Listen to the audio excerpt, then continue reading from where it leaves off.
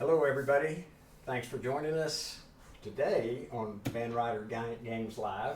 We've got Evan Derrick. He's the designer of Detective City of Angels. Yep. And we have a program where he talked pretty... And what's your name? Oh, I'm Byron Jajorian. That's right, Byron Jajorian. You got to I'm tell I'm just low-key in this. You have to tell people, but you have to... Very important. Byron is very important. Byron is very important. Anyway, Evan went in pretty much depth on the base game last time he was on, which, if you just stand it up here where you can see, There we go. which is an amazing game, very different from other types of detective games that you see out there. But today we're going to talk a little bit about, first of all, the solo and co-op modes in this, and then we're going to get into some expansion talk. So Awesome. pick one of those, solo or co-op, and start there. One of the things people always ask, Detective was really designed to be competitive. That's kind of where a lot of the unique mechanisms shine through. But we knew early on that some people just don't like to play these kinds of games competitively. The fun for them is working with friends to solve a mystery, much more similar to Sherlock Holmes Consulting Detective or Mythos Tales or any number of other mystery-solving games in which you work cooperatively. So the competitive nature of this really does set it apart, but you can also play it cooperatively and you can play it solo, as you mentioned. So we made sure to include those game modes in the game so that it would be accessible and appeal to a wide range of players, not just people who wanted to play competitively. Yeah. The cooperative version of the cooperative version of the game is it's still somewhat competitive in that you do need one player to be the chisel, but all the detectives can work together cooperatively. In effect, it functions very much like a two-player game. In a two-player game, one player's the chisel and one player's detective, and it's a very cat and mouse, head-to-head kind of thing.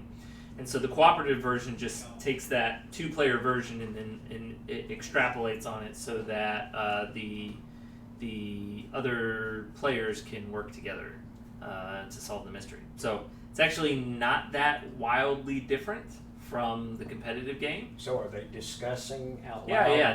They can discuss out loud. They can one player will control the detective and move them around the board and make the decisions on their turn, but everything is jointly discussed. So everybody can cooperatively decide who they want to interrogate, when they want to challenge responses, how they want to solve the case, all those kinds of things. It is much simpler for the chisel because they only have one group of people to contend with. In like a 3 or 4 player competitive version of the game, the chisel has to mentally track what all the different players know. Okay, that guy knows that maybe this person did it, and that guy doesn't know what the weapon is, and I think she suspects that the motive was really anger, and they have to they have to keep all that information in their head so that they can lie and bluff the most effectively. But in the cooperative version, it's just one group of people and they're all discussing out loud, so it's much easier for the chisel to lie and bluff and misdirect them. Kind of lead them down the wrong Yes. path. You only have to only one pool of knowledge has to be contended with versus multiple different pools of knowledge that could be going off in many different directions.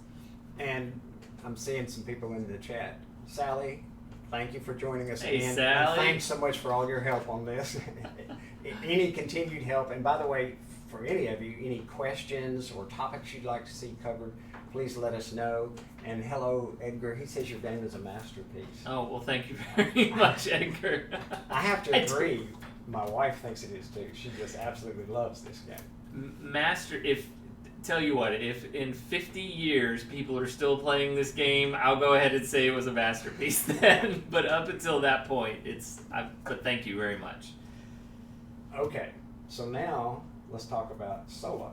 All right, so the solo version of this game, oh man, the solo version was an enormous amount of work. to figure out how to take these cases that were supposed to work in a competitive version with different detectives playing and boil it down to a solitaire experience. But I'm really, really pleased with how it came out. So we accomplished that in the game using it's called Sleuth Mode, and it uses this sleuth case book, which I think this one that comes in the base game is 64 pages. I think it's 64 pages. And we took all the cases and we turned it into like a paragraph book format. So there are, you can see like all the different paragraphs here. If you read fast, there were spoilers. Yeah, right. There are 1,122 paragraphs in here.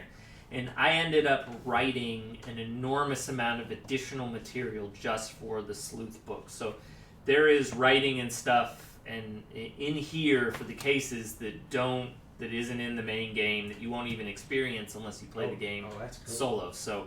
So we created theme and flavor text and all kinds of stuff just for the solo version. So how it works is in the core game, in the base competitive game, when you want to ask a question of a suspect, say like the greasy Hollywood Hollywood director, you think that maybe he had something to do with the young starlet's death. You might go and ask him, what do you know about the suspect? The Chisel then opens up their book. They get a book that's, a nice thick book like this too. And they can see, okay, here are the different lies or responses that the sleazy Hollywood director can give. Do I want to have him lie or do I want to have him tell the truth? Here, what you do is you get a list of each case comes with its own sleuth card. Looks like this. It's just a grid like that. And on the left-hand side are the names of the suspects. And along the top are all the different cards that you can ask questions about. So when you're playing the game, you'll have all the cards listed out up here. And so D might be a suspect, and E might be a piece of evidence. It'll be whatever's up there. So if you want to ask Jack Dragna about E, you would turn to paragraph 787. So then you find in here, you turn to 787, and you get to hear what Jack says. Never heard of her, detective. Come back when you have an actual question to ask me. Now, you could leave that be, but he could be lying to you. I went through and chose all the responses I thought would create the best solitaire version of the case. So maybe I had Jack lie here, and maybe I had Jack tell the truth. And you can, in turn, challenge. It says to challenge his answer, turn to 697. So you have to decide if you want to challenge that. Sure, let's challenge that. Jack obviously knows more than that. 697. Maybe he knows what's going to happen. 697. You've jogged my memory, detective. Yeah, I remember Angie. She was treated rather poorly by Brenda, and when she came to me looking for work, I was more than happy to oblige. You now gain 1 leverage over Dragna, just like you would gain leverage if during a successful challenge in the main game. You can use that leverage in the future to, when you read that first paragraph, to automatically skip, but then ignore the penalty. Because if you challenge that, and if you think Jack's lying but he's really not, and you challenge it and you get it wrong, you get what's called stress. So there are 3 of these that come in the game, and they're only used in the solo version, the sleuth version. And so every time you get stress, every time you incorrectly challenge, you have to flip one of these over to its little nasty lightning bolt side. If you get 3 of these turned over, you lose an entire day on the case. So there's a timer, how much time you have, and if you get 3 incorrect challenges or 3 stress, you will lose an entire day on the case. And so it really pushes you to carefully consider if you have, you can get 2, no problem. 2 challenges, that's fine, you're safe. But once you get to that 3rd one, you really have to consider, do I really want to challenge or do I want to lose a whole day on the case? And just like in the competitive version, there's a certain number of days per each case. Yes. There are a certain number of days for you to solve the cases. Now, when you want to make a guess, it was very important to me that you not just say, like, you make a guess, like, I think Jack did it with the knife, and I think his motive was revenge, whatever.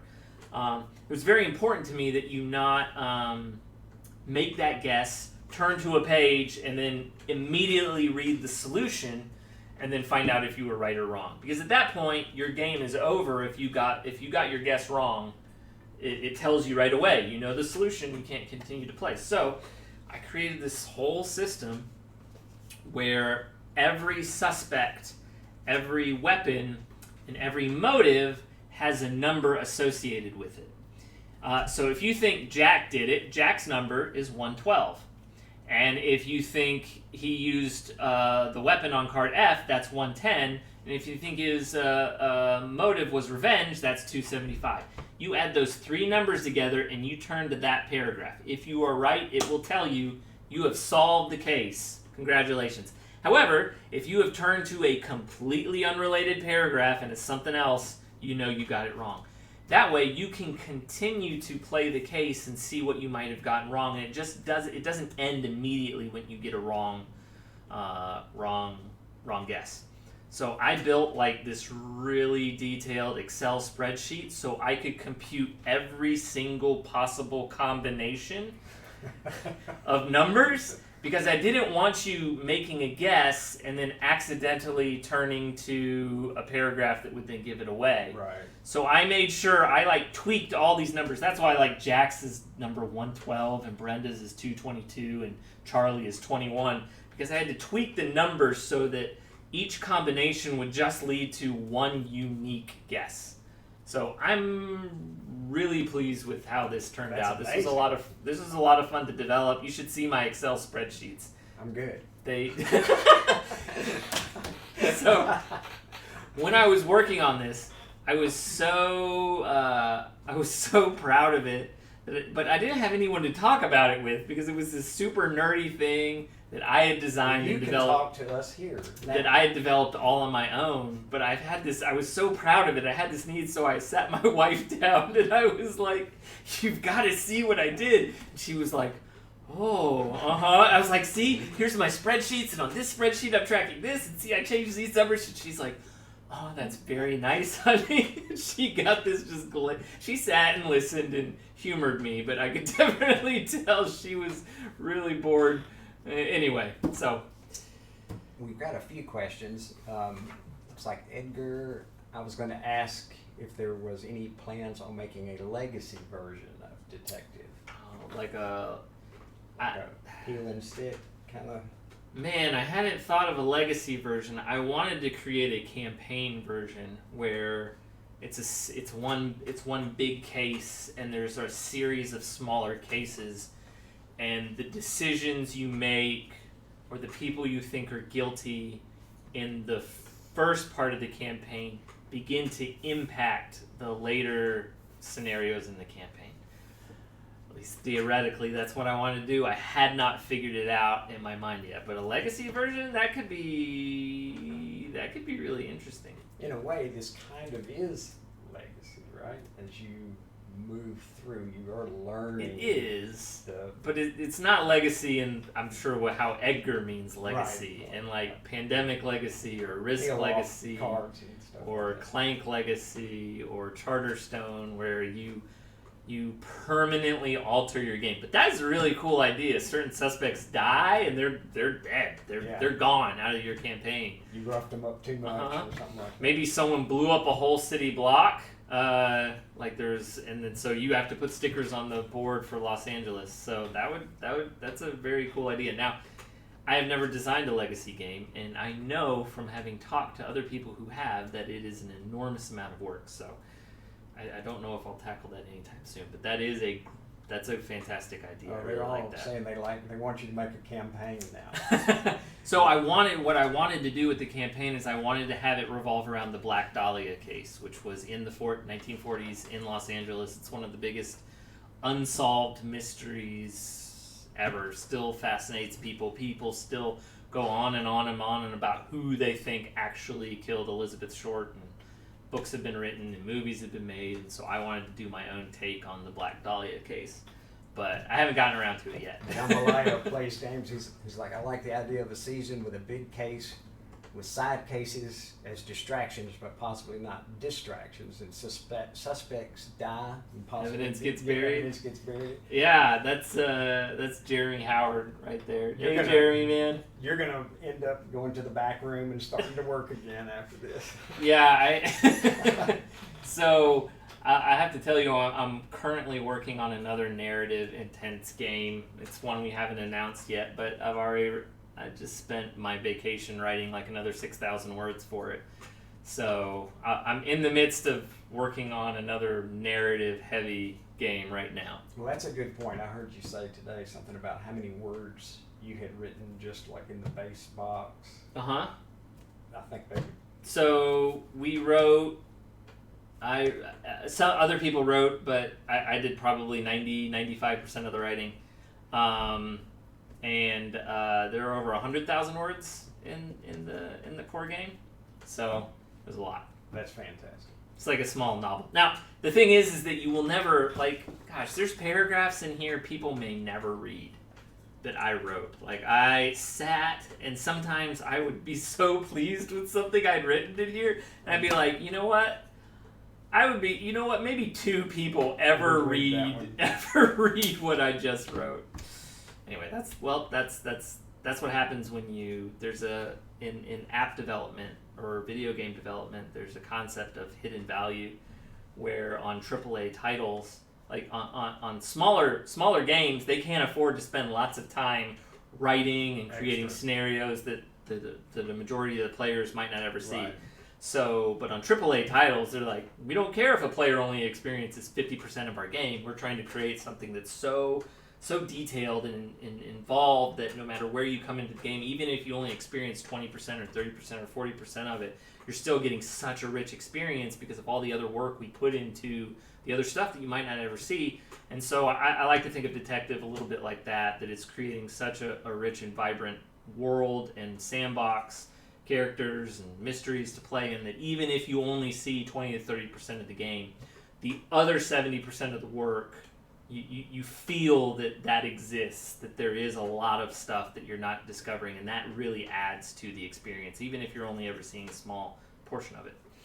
So Sally's saying she might just want to just read everything just to enjoy it after she finishes playing, of course. My playtester, one of my playtesters who primarily tested the solo version of this game, would do that. After a case, he would go through and read he wanted to see all the different responses. So I'm sure that there are some people who do that. I'll admit that I did it in Pandemic Legacy and everything like yeah. that. I played. I just go back and read everything that I missed. Okay, let's talk a little bit about the expansions, starting with... What's that? John Blaya, what motivates you to make these stories? Do you have other games that inspire you besides Dahlia? So what motivates me? Part of it is I really like to want to create experiences that I don't think exist. I wanted Detective because this game, as it exists now, I wanted to play it, and it wasn't out there. But I'm oftentimes trying to replicate experiences I've had either playing video games or watching movies, or reading books, and just really getting caught up in the art and the world and the stories. And like I played L.A. Noire from Rockstar Games, and I was like, I want a board game that feels like playing L.A. Noire, and that's where a big inspiration of this came from. So the game I'm working on now is really motivated by oftentimes real like narrative heavy games. You're kind of on rails with the story. Like, you're going to get the story it's going to be this story no matter what. And I wanted a game where the player felt like they could the choices they made were important and impacted the story in a meaningful way. Whether I'll accomplish that with the game I'm working on right now, I don't know. But that's my goal. I want to tell a super rich story, and I want players to feel like they're actually changing. Actually informing the outcome of the story. So, but Jeremy, what inspires me to make this kind of stuff is video games, books, movies, television shows that I love. So I consume way too much content. Well, Jeremy's got me excited now. He's saying Detective 2249. Or So 3249. Let's go way out. I mean, I really would like to make a version of detective that was very Blade Runner-esque, set inside that neo-noir futuristic world where sometimes people are human and sometimes they're replicants and you're not sure who is what. So Edgar's asking about the talk of creating single cases for the game. We are working on that right now. So I've been working with other writers. We haven't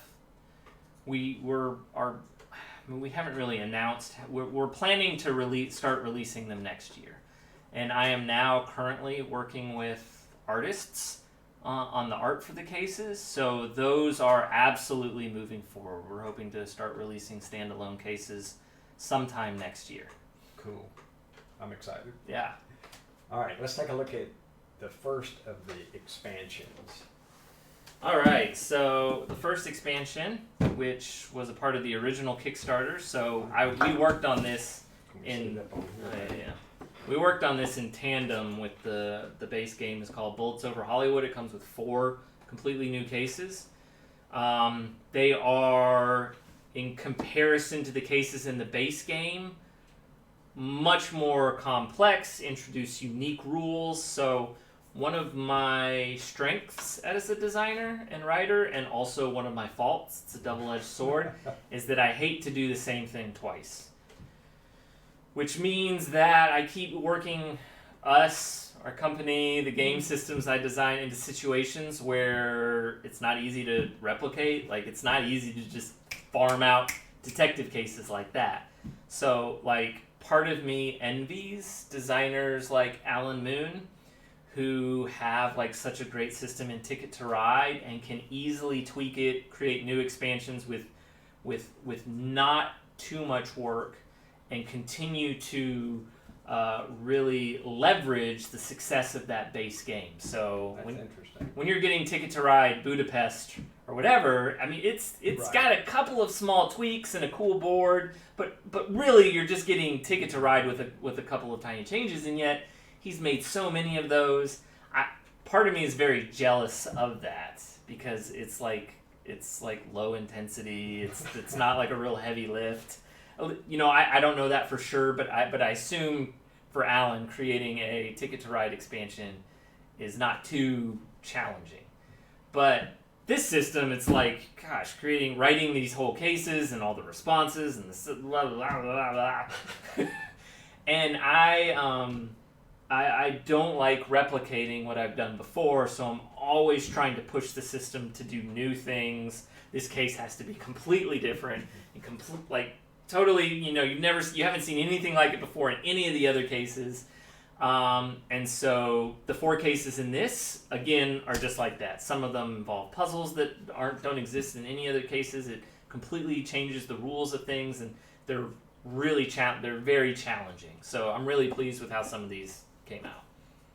Would it be too spoilery to ask if anything bleeds from here over into here, narratively speaking? Sure. We have one recurring character who does I kind of made him as the big villain of Detective. He's only in one case in the base game, but he does show up for another case in this one. So, yeah. So yes, this is the non-spoilery answer. But that's the only way that they're connected.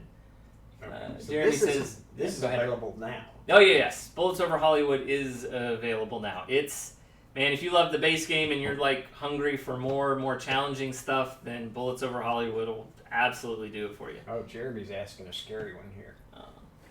Has there been a moment when something you worked on in a case replicated a moment in your life?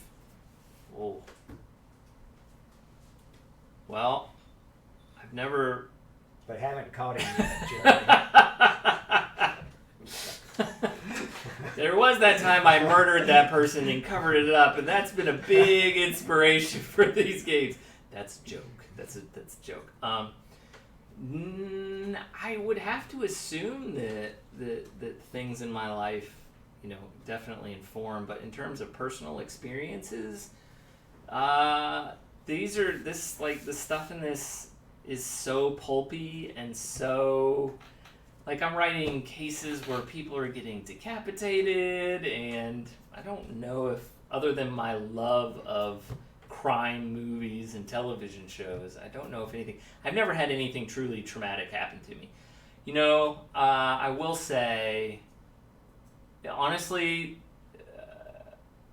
the things that scare me most in life are not things I really want to make games out of. So I don't, try to tap into that. He says he was just checking to make sure. And then Edgar, have you created a character that is based on you or has a variation of your name? I know Ed Boone has an MK that has his name backwards. I don't like putting like Easter eggs about myself in games like that. I've done it for playtesters. So one of the games I designed before this was called Dark Moon, and almost all the names in that are based on like my top playtesters. I said, hey, would you like to name a character? And some of them named them after themselves. One person named it after his mom. Another guy named it after his kid. One of the character after his kids. So I've routinely gone to other people and even referenced them. So there are people and stuff in the games, like suspects that look like friends of mine or family of mine, but none that look like me. So I'm very intentional. It feels kind of, it feels goobery to do that. So I've never done that. And Sally says, I guess a general interest in culture and its dark side is needed. Yes. Crime detectives. Crime documentaries are my Netflix go-tos. Oh, yeah, crime documentaries. Man, I used to watch so many of those until some of them got me so jaded and cynical about the justice system. And I was like, man, you could just not do anything at all. It'd be like the Paradise Lost about the West Memphis 3. God, those documentaries were rough. The Staircase, which The Staircase is now on Netflix, but The Staircase was a documentary that I watched way back when it was on Showtime, like a decade ago. I remember my wife and I watched The Staircase, and afterwards I said, well, honey, I hope you don't fall down the stairs and die, because I'm going to go to prison for life if that happens. So yeah, I watch crime documentaries. My wife and I really like to watch Norwegian or Scandinavian, like The Killing and The Bridge, the original Scandinavian versions and not the remakes. We watch Norwegian, all that kind of, so yes, very much into I watch too much of that stuff. I get to looking around corners and making sure the outside lights are on and stuff like that. So yeah, I definitely have a healthy or unhealthy interest in all that kind of stuff. So that I pour a lot of that into stuff like this, for better or for worse. So now let's take a look at upcoming. All right, so compare the boxes. Oh, you can see it from the sides. Yeah. So much more goodness. This is. Oh yeah, Sally's talking about the. It's tough to take them sometimes. Yep, absolutely. The ones we can't watch are the ones where children go missing or kidnapped or killed. That I say I don't have a problem with that. It doesn't bother me. But for my wife, that's like her no-go. My no-go is like degenerative diseases like cancer and Alzheimer's. Like, I have zero interest in watching any movies where someone's getting Alzheimer's. Like, that shit terrifies me. Much more so than being kidnapped and tortured and murdered, which doesn't seem like a real thing that could actually happen. Anyway. That was a fun, real moment. What, really? That was real. Alright, so Smoke and Mirrors, the brand new expansion. This is shipping to our lovely Kickstarter backers right now. Okay, in fact, that's what I was going to ask next. Our backers in Australia already have it. Or most of them already have it. It's on its way to backers in Asia, in the UK, in America right now. So I'm not sure what the delivery dates are on those exactly. I think we probably updated the Kickstarter page with them. But this is Smoke and Mirrors, which is the brand new expansion. And so remember how I said I don't like doing the things I've done before, and how I like really messing and teasing and upping the system. The cases in this one are even more complex and involved than the cases in Bullets Over Hollywood, to the point where it kind of got a little ridiculous. So we had to do a whole new solve sheet just because. So in the core game, you need 3 things to solve the case. You need to identify the suspect, you need to identify the weapon, and you need to identify the motive. Well, that's just 3 things you have to figure out.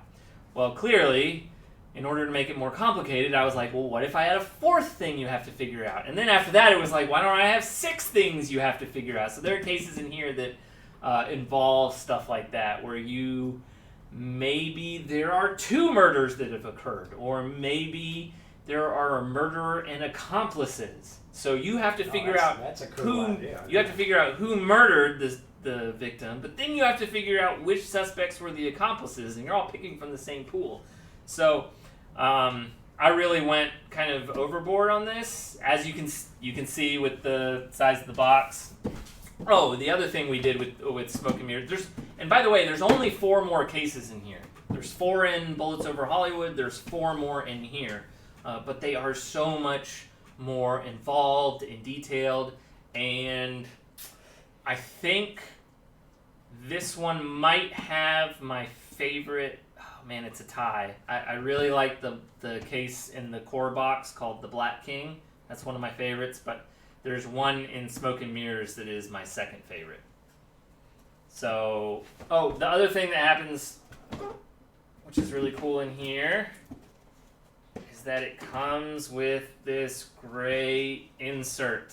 That's awesome. So you can store the cases, and you have space for future standalone cases that may be coming. So this is, hopefully, once you get Smoke and Mirrors, is going to take care of your storage solution needs for the near future for Detective City of Angels.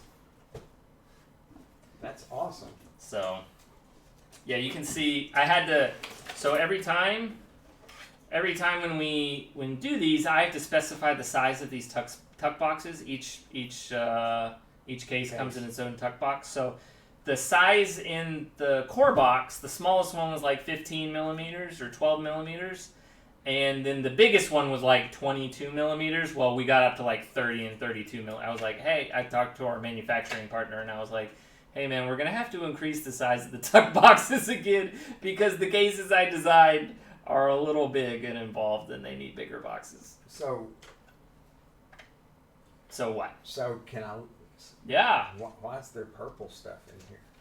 We added the Kickstarter backers voted on a new color that they wanted to add to the game, and Royal Purple was the one they picked. So nice. This adds just another color to play with.